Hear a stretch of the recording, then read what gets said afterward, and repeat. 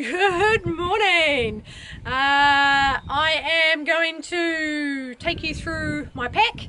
I'm going to take you through a tour of all the key features on my pack, and then I'm going to unpack it so you can see how I pack my pack. Saying pack a lot. And then I'll unpack all the smaller components so you can see what I'm taking.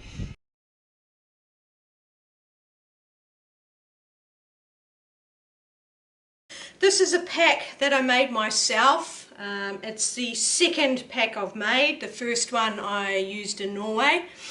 It is made out of DCF, formerly Cuban fibre, now Dyneema composite fabric. The outside, I think it's a 2.62 ounce DCF laminate, so it's DCF underneath and then it's got a laminate on the outside to make it a bit tougher. I've had a lot of people ask me how big it is, how many litres. I have no idea, I haven't measured it. I think it's probably around, when it's compressed down like this, it's probably a 45-50 litre. However, it can expand quite a lot. And I'll take you through the features that show it expanding. So it's very familiar to most of the packs out there. It's got a mesh front. The changes I've made is I've got a way to actually tighten the mesh pocket on the front. I call this my pizza and pastry pocket, because this is where I can put food that I don't want to get squished. I had chips in here a lot, like Fritos. And this is a really good size. As you can see, the mesh did rip in a couple of places, but it's actually very easy to repair if you need. And this is after a lot of walking through overgrown terrain, so I'm not too disappointed with that.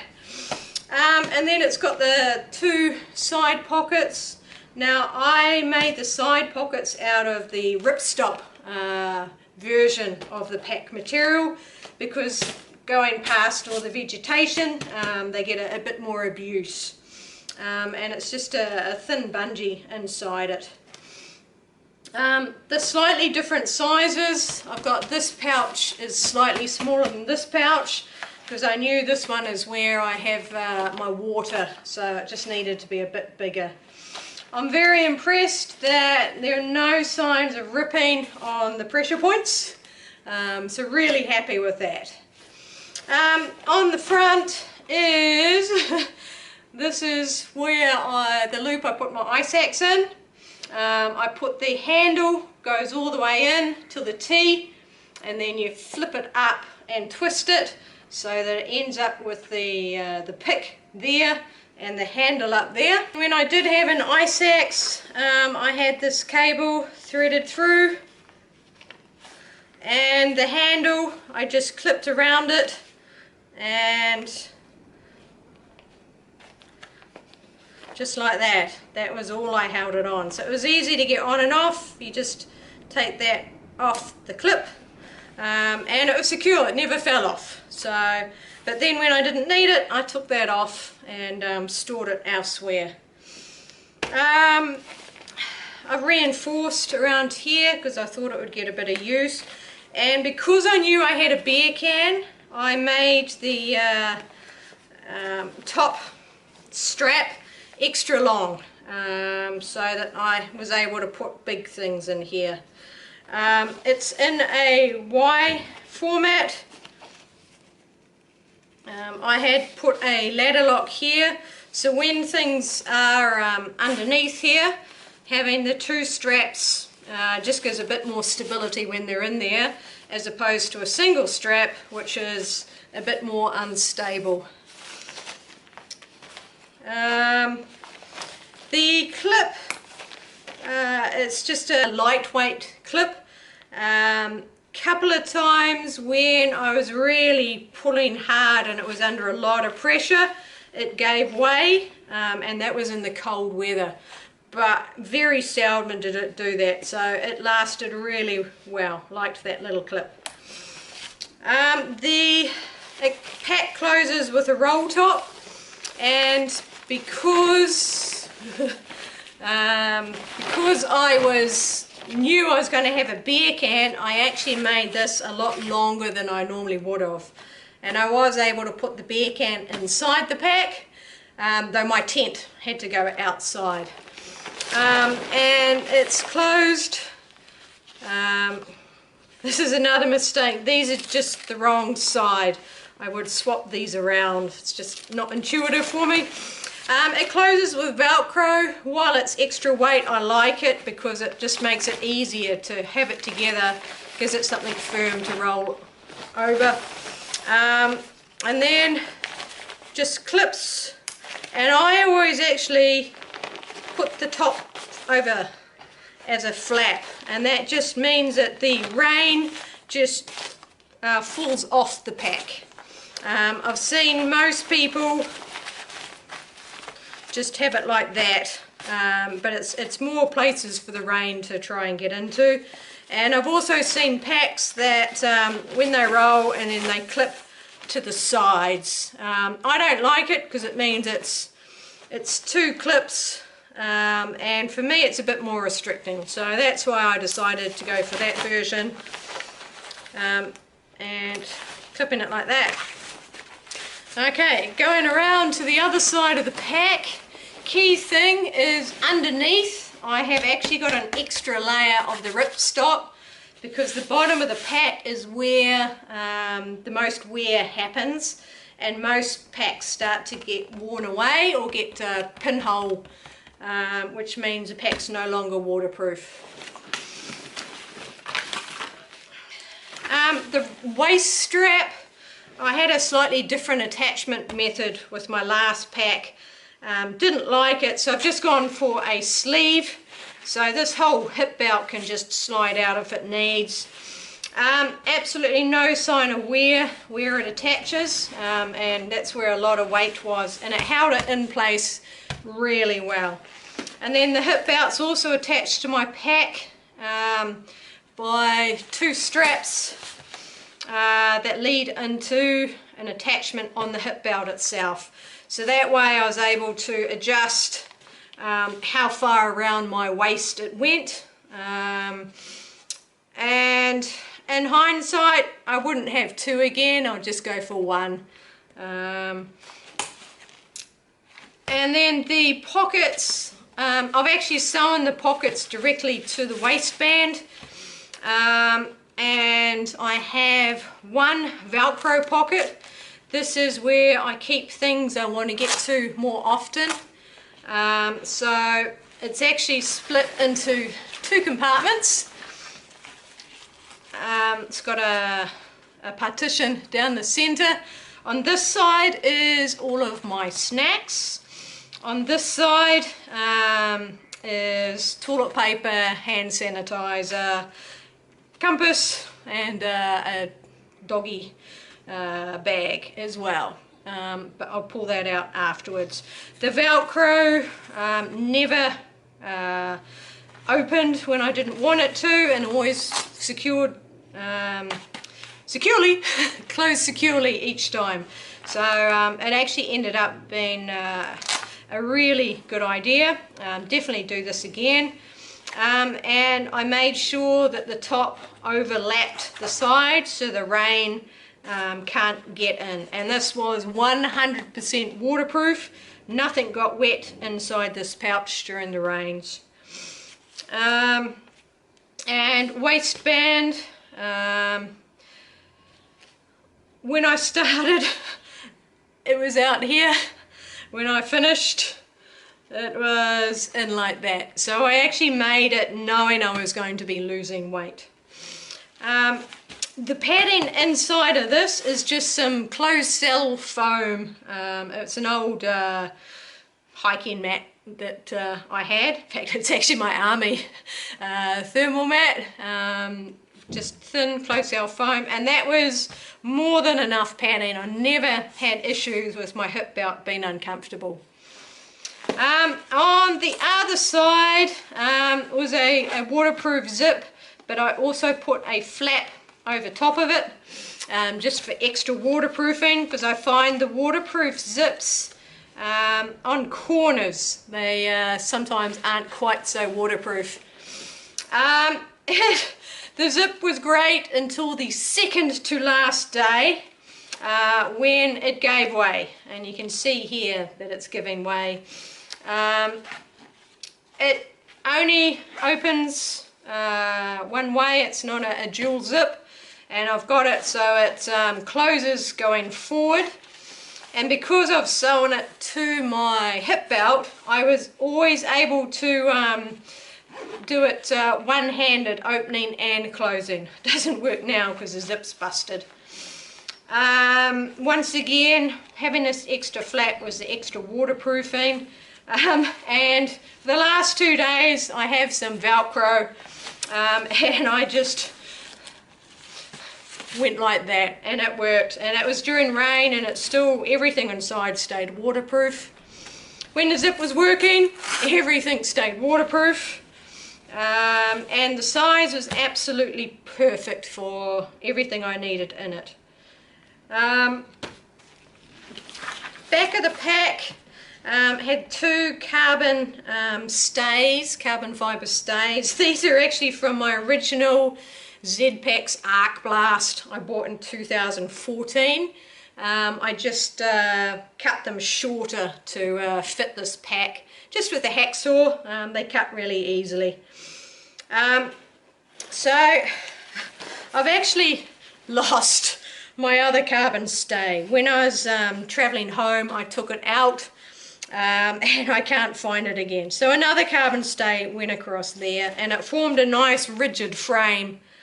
And the aim was to have the weight transfer from here. It went down and actually connected. I'll take that off so you can see it. To a little pouch I had on the hip belt, and my theory was that it would transfer the weight from the top of the pack down into my hip belt, and it did. It did a really good job at that.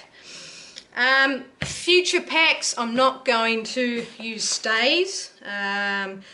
This time I knew I'd had heavy loads in the Sierras, and this pack carried, I think, 20 kgs. And it carried it fine. Little uncomfortable just in the shoulders, but the rest of it did really well, and no sign of wear or ripping from the heavy weights that was in it.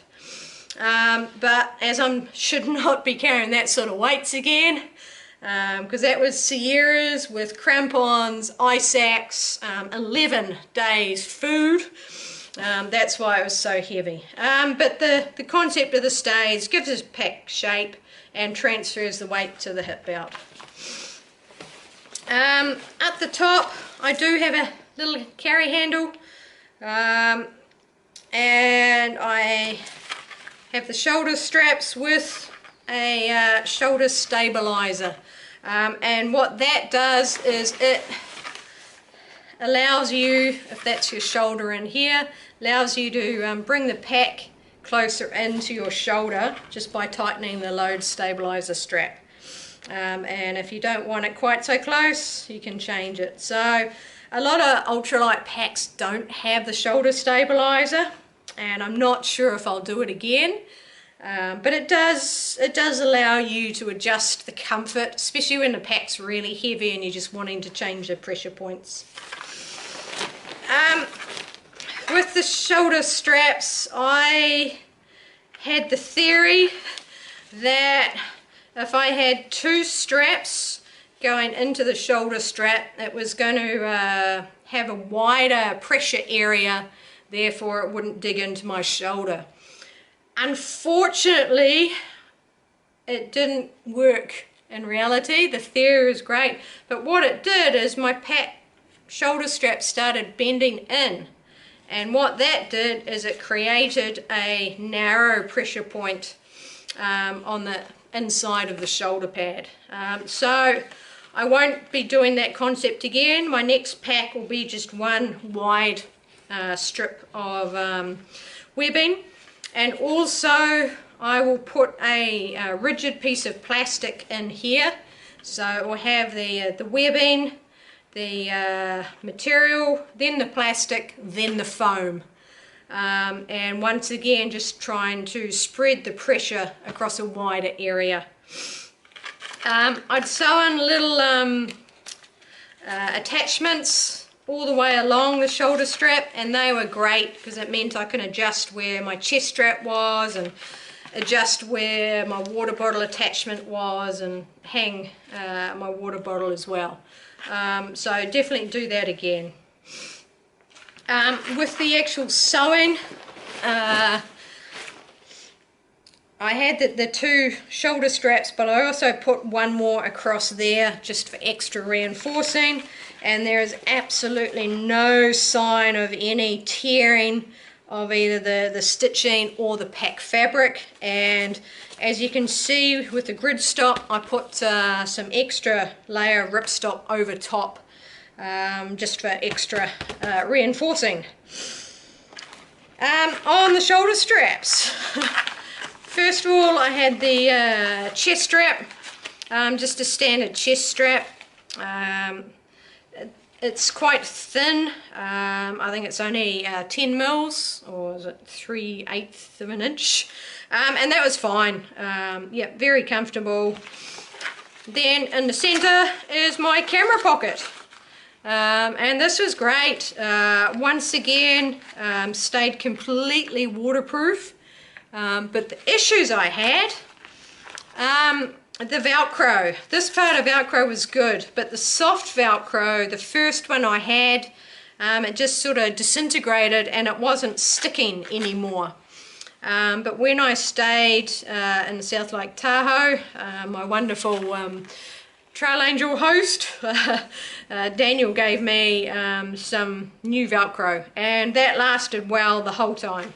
So the water bottle attachment is actually extremely simple, and this can be done with either the soft bottles or the harder bottles like the Smart Water or a pump bottle in New Zealand.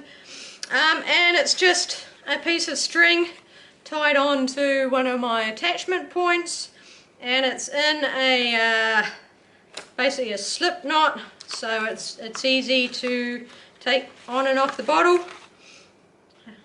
So basically just tie a small loop in it, thread it through, and then tie it onto the pack. Really simple but effective solution, and that way you can adjust the height, which is best for you to drink with, and then just a piece of elastic, once again just tied onto the strap, and this stops the water bottle from bouncing up and down. So nice simple system. The other thing, normally this was attached to the vertical stay, but I have just a piece of string with a carabiner on it at the end. Though the carabiner I took off when it wasn't raining, but this is to hold my umbrella on, which I'll show you later. Yeah, so overall fantastic pack, did exactly what I needed it to do. Other features that I had is I put, I've got the string on the side to hold things in place, and generally this is for my tent, and two attachment points, and this was to attach my crampons. For all of the hike, I had this mesh was attached, and it tied onto the top stay, and then just tied on down the bottom there, and I had that across. One, it just gave a little bit of separation between the pack fabric and my back when I was sweating, and it was also to reduce the wear, the friction on the pack itself, and it worked. Did a really good job. There is a little bit of wear just here, and I noticed under the stay, there's a little bit of wear there as well. But overall it's not bad. That's pretty much it. And the little bits under the stays. This one's worse than that one for some reason. So not bad wear for such a long hike. One of the other things I did on this pack, specific for the PCT, was I put these attachment points on both sides. And what I ended up using them for is, these are my crampons, and so I just got a piece of string and threaded it through top and bottom, and that is where I stored my crampons for all of the Sierras. In fact, this was from Idlewild. I started this. Debbie, my trail angel host in Idlewild, gave me the milk carton. So yeah, it's just a milk carton. What is it? It's 1.8 litre, half gallon. And it was, yeah, absolutely perfect. It meant that my crampons were easy to take on and off, easy to put back in, and kept them from poking anything else. And on the other side, I had this little pouch I made up out of mesh, reinforced the back very slightly. That's just cross-grain ribbon. And same thing again, I just used a string to tie it to the attachment points, and that meant when I had my beer can I had a little extra room. I ended up putting my cook set and my waterproof gloves in this one. Yeah, so there's really good flexibility just to expand the size of the pack for that time through the Sierras. Now I am going to unpack my pack so you can see exactly what was in the pack and where it was. So I'm going to start with this. This was my front pouch, and first thing I had in it was my cell phone. It's a Samsung Galaxy S8. My wallet. In my wallet was a copy of my PCT permit, some sticky plasters because I tend to cut myself a lot, my driver's license, and some money. And when I lost my passport, this was all I had left. Some waterproof paper and a pencil, chapstick, body glide, which is for chafing, my spare camera battery, my torch, and on my torch is a whistle. So if something went wrong, I had the whistle right there as well. The case for my sunglasses. A thermometer. I liked this, especially in the Sierras, just seeing how cold it was. And the good thing is it has both centigrade and Fahrenheit, so I was able to convert when people were talking in Fahrenheit. And my little tripod. I didn't end up using it very often, but I was glad I had it. Okay, and that is everything in my front pocket. In my Velcro front pocket, I had snacks on that side, don't have any left, but I had a small Ziploc with toilet paper. My hand sanitizer, I kept this bottle throughout, but I was filling it up with all sorts of different brands, quite often from the hiker box, but I like this little bottle, it's a good size. One dog poo bag, so if I needed to go #1s in a hurry in an area where digging wasn't appropriate, then I was able to use my emergency doggy bag. And my compass stayed in there as well. Didn't end up using it much in the Sierras. I used it a few times, but that was it. So that is what's in my Velcro front pocket. Now going around to the side. On this side I have my sit pad. It's a Thermarest Z-Sit, and I have it attached to a piece of elastic clipped to my pack. So sometimes, I think twice, was going through the thick vegetation, it pulled out, but having it attached to my pack meant that I didn't lose it. Then I have my 1 litre water bottle, my toilet paper bag, and only when I was in transit I would have my hiking poles as well. So that is everything that goes in my side pocket.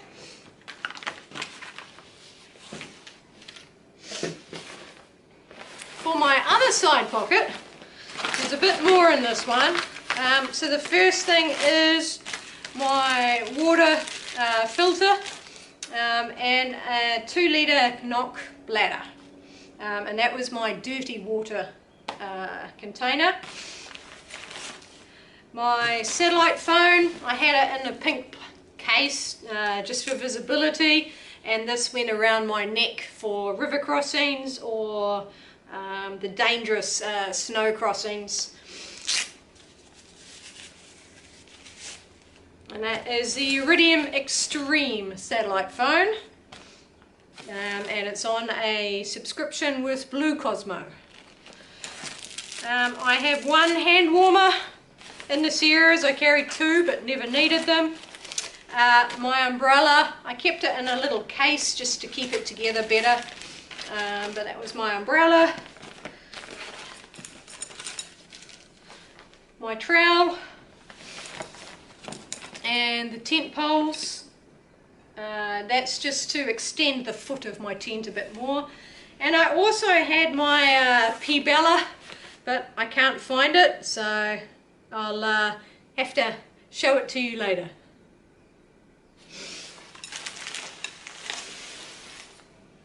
Okay, in the front of my pack, sunscreen, insect repellent, 1 spare bottle cap,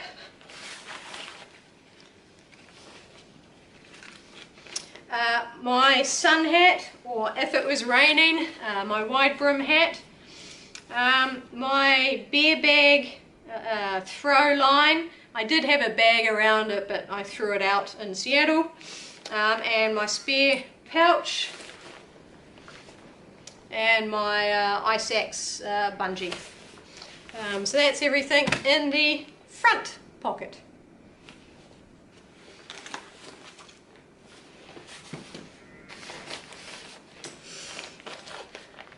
Now going into the pack.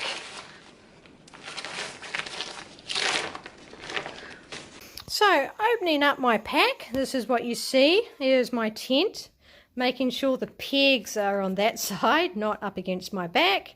That's my raincoat and rain skirt, and that's my little cold weather bag. So 1 times tent.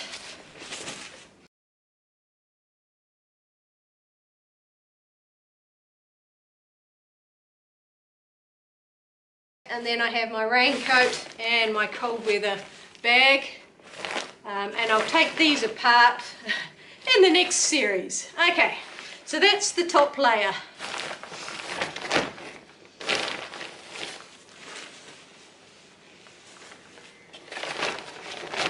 The next layer, and the next layer is food. That's generally my lunch bag and snacks, and that is usually my dinner and breakfast and more snacks as well in there.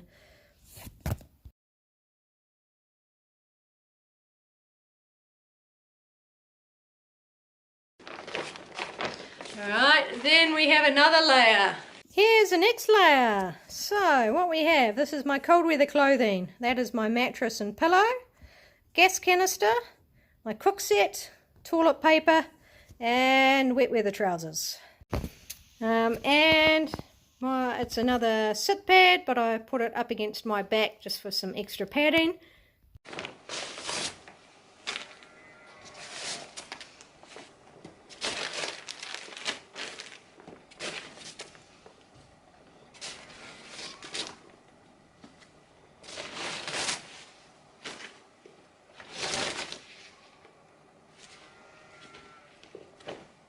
Next layer is my sleeping bag, my electronic bag, and my Toiletries repair kit.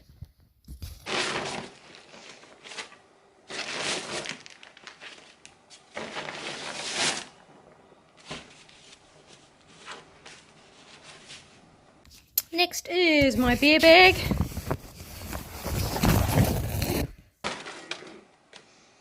And my sandals. And that's it, one empty pack. This is my cold weather bag, and in this bag is my possum down hat, my wind jacket, my wind pants, a towel, my gloves, my merino gloves, my wet weather gloves, a insect hood, and a dry bag. So this is a possum down hat, and it is made by Possum Down New Zealand. I think it's possumdown.co.nz. Homemade wind jacket, homemade wind pants, icebreaker merino liner gloves, chemical handling gloves, which I use as my waterproof gloves, like dishwashing gloves, but a little bit thicker and more durable.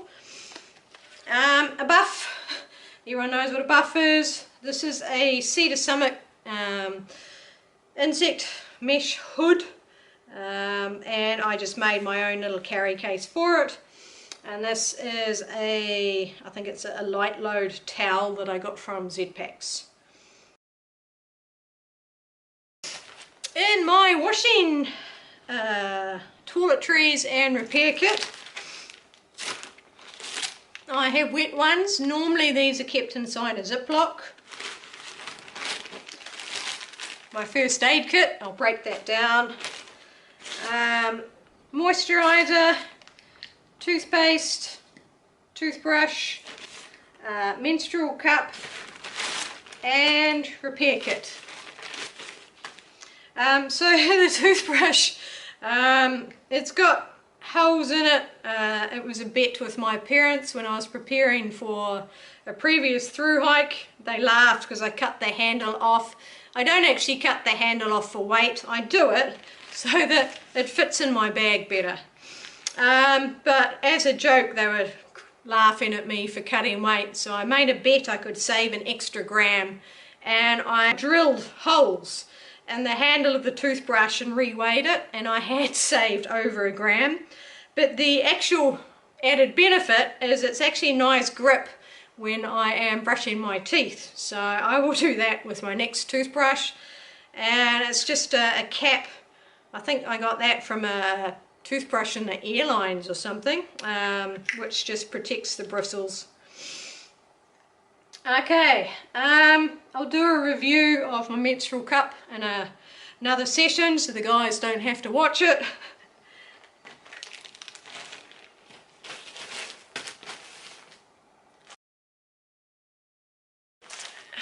Okay, my first aid kit. I think the only thing I used from this was the sticky plasters. So I have some sticky plasters. These are all blister patches, which I actually never ended up using. These are left over from Norway. I ended up giving away to people who needed them, but never needed it myself. Alcohol swabs.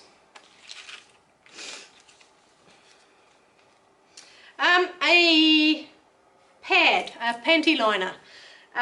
These are really good if you have a large greys that the sticky plaster is too small for, you can actually put that down. I mean, they're designed to be absorbent and absorb blood, and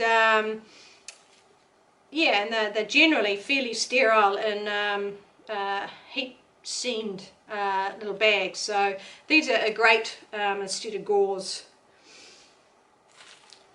And I carry 2 of those.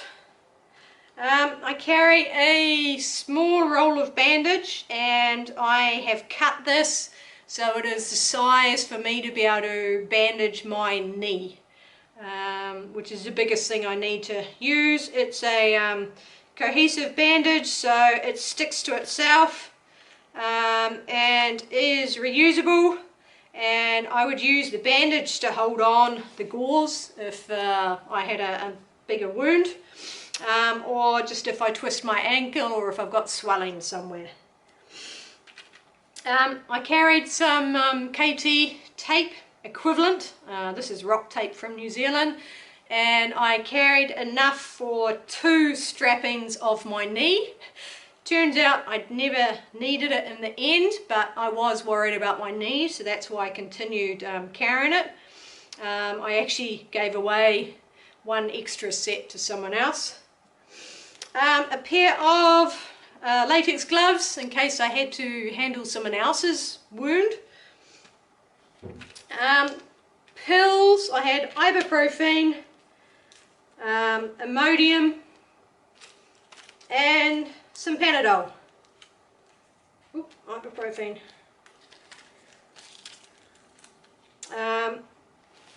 Once again, I was very lucky. I never actually needed it, but I was thinking on those 11-day sections, if I hurt myself, I wanted to be able to get through with a bit of pain relief, and if I was having real diarrhea problems, that's why the small amount of Imodium.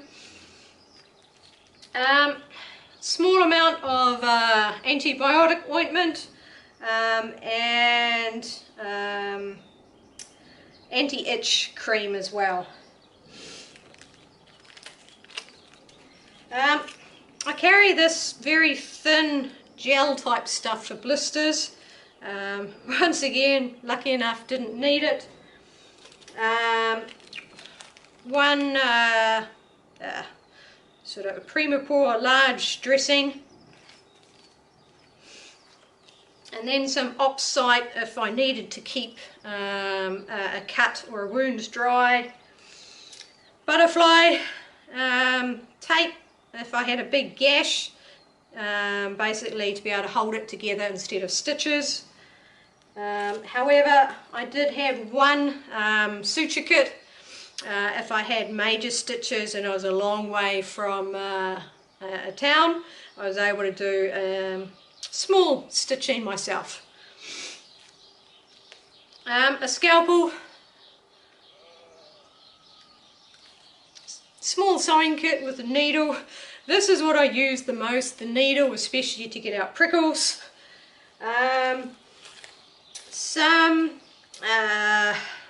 paraffin, Vaseline we call it here, and what I use that for most often, if I'm having to put KT tape either for blisters or for support to a joint, around the edges of it I'd put the paraffin, and it stops the edges coming up.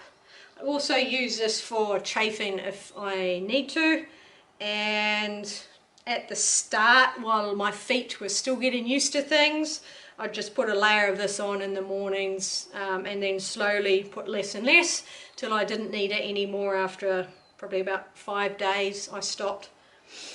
And my pocket knife, and this is the only knife I had. I had a lot of people ask me if I had a knife for protection. No, it's just this little pocket knife. It has a blade, it has a nail file, and a screwdriver if you need it. The thing I use the most is the scissors. These are fantastic. I cut my fingernails, my toenails with this, cutting open food packets, cutting tape, etc. tweezers, good for prickles, and a toothpick, which I've never used. So fantastic little pocket knife. And some cotton buds, thank you Emirates, and these were if I got a graze to help me clean the wound out. So that is my toiletry kit. It's a bit bigger than some, and there's some things that I probably don't need. I don't need so many blister things. I could probably drop that down to a couple once after the first week. I can probably get rid of this after the first week when I'm not getting blisters.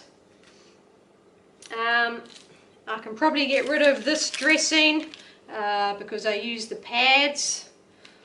But apart from that, I think it's a good size first aid kit. One handy hint with the tablets is often when they're in storage the foil breaks off. So I put just lightweight invisible tape or scotch tape or sellotape or whatever you call it, just fill the end to make it easier, and then when I want to use one I just peel back to the first one and I can pop it out, but it stops the foil breaking and them not being sterile anymore. And this is my repair kit. This is all I took with me. Obviously some of it's been used up. So I have string, some thinner string and some thicker string. I used a lot of the string, and the thicker string is enough for a washing line in my accommodation, and one little ziplock, and that's tied with some elastic, which is also spare parts if needed. Duct tape, and it's wrapped around a lollipop stick, and then 2 more cable ties. It's usually a bit more duct tape, but I used it up. A sewing kit and a safety pin, and you can see all of the cotton has been used up, at least one little bit.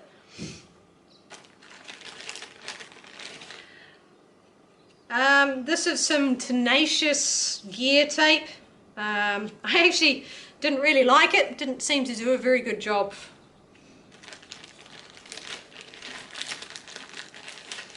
A small amount of Velcro, and this is the Velcro that sticks to itself, and this is what I used when the zip broke on my little hip pocket.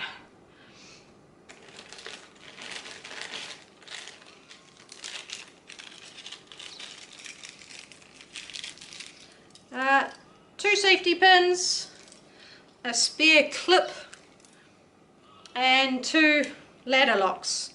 So I can use the ladder locks with some webbing without needing to sew the webbing directly to the pack. As long as I've got about that much left on the webbing, then I can secure it using the ladder locks. Those go in a little plastic bag. And this is DCF repair tape. Use that a lot for repairing holes in my tent and my cram bags. And some other places where I thought Tenacious tape would work, but it didn't, so I used my DCF tape.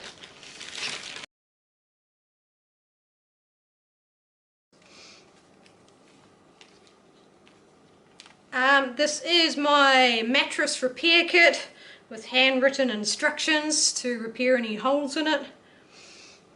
And this is upholstery thread, so it's a lot thicker than cotton, and I use this for shoe repairs and pack repairs. And it's good strong stuff, and it's got a heavy duty needle tucked in there as well, a round needle to make it easier. And some more carbon fibre repair patches as well. And that is my repair kit. In my electronics bag,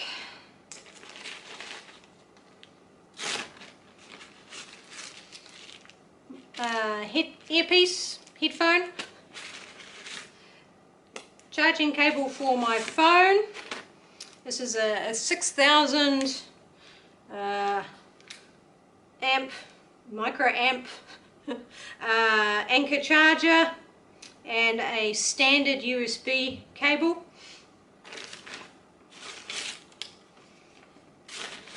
An Anchor dual USB charger, and this one put out the same amps for each plug, whether one was plugged in or two were plugged in.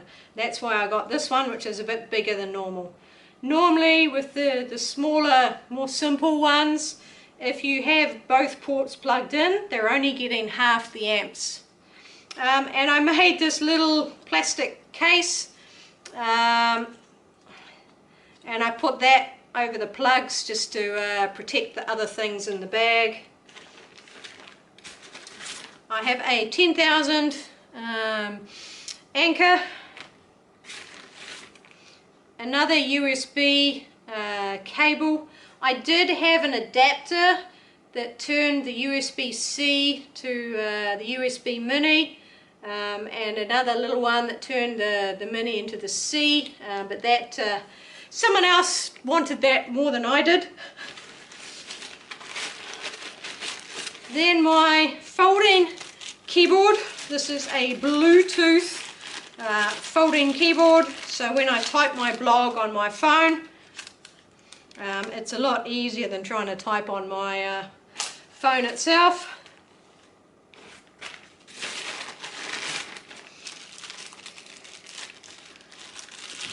My set phone charger, and memory cards. So this was my spare memory cards and the ones I'd used up. And the carry case. So that was my electronics.